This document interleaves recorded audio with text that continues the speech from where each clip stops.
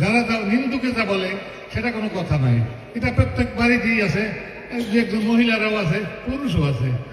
এই ঘরের কথা নিয়ে ওই ঘরে মিথ্যে কথা, মিথ্যা যারা সেটাও বলে, সত্য যা সেটা উল্টেই বলে। সুতরাং আমাদের মাসুদ সাহেব সেই পথের মানুষ যে উনি যা শোনে, ওনার মুক্তি যা শোনে, উনি হৃদয় দিয়ে যা শোনে না।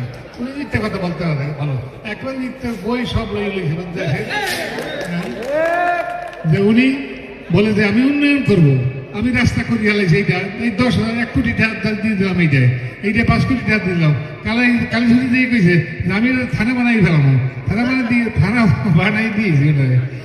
ইয়া কি পাগল দেশে আছে, নতুন পাগল, পুরান পাগলে ভাত পায় না, নতুন পাগলে পায় না। সব দিয়ে দেবে, রাস্তাঘাট দেন, পায়খানা টায়খানা সব দেন, সব দিয়ে দেবে, সব দিয়ে দেবে এবং সব হয়ে গেছে। আর উনি যদি যদি আমি এমপি হই, তাইলে ওনার টাকা পয়সা যা পাইবে তা সব দিয়ে দেবে। আর বেটা তোমার টাকা পয়সা তো আছে, আমরা জানি তুমি অনেক টাকা লুট করছো, সেটাও আমরা জানি, কিন্তু সেটা তো এখন দিচ্ছ, কিন্তু দিয়ে ফল পাবে না। এরকম বহু টাকা মানুষ আমাকে বাংলা বাবু থানায় আইছিল এমপি হওয়ার জন্য।